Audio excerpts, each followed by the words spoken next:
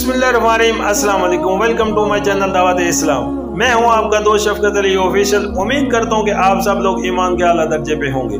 सूरत आल इमरान की आयत नंबर 35 का तर्जुमा वो उस वक्त सुन रहा था जब इमरान की औरत कह रही थी कि मेरे परवरदिगार, मैं इस बच्चे को जो मेरे पेट में है तेरी नजर करती हूँ, वो तेरे ही काम के लिए वक्फ होगा।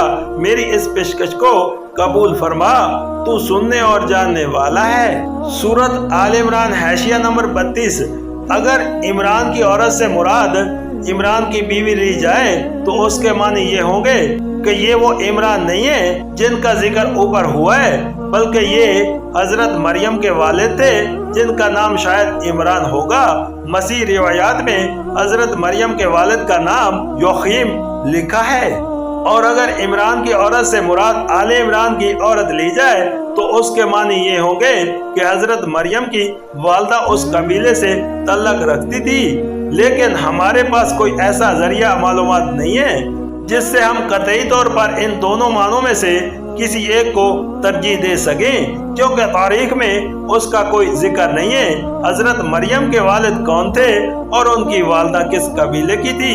अलबत्ता अगर ये रिवायत सही मानी जाए कि हजरत यहया की वालदा और हजरत मरियम की वालदा आपस में रिश्ते की बहनें थी, तो फिर इमरान की औरत के मानी कबीला इमरान की औरत ही दुरुस्त होंगे, क्योंकि इंजील लूका में हमको ये तशरीह मिलती है कि हजरत यहया की वालदा हजरत हारून की औलाद से थी।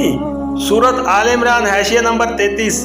यानी तू अपने बंदों की दुआएं सुनता है और उनकी नीयतों के हाल से वाकिफ है।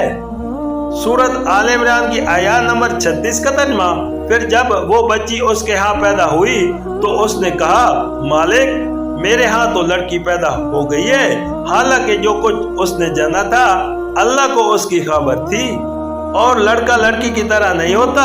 खैर, मैंने इसका नाम मरियम रख दिया है और मैं इसे और इसकी आइंदा नस्ल को शैतान मरदूद के फितने से तेरी पनाह में देती हूँ। सूरत आल इमरान हाशिया नंबर 34।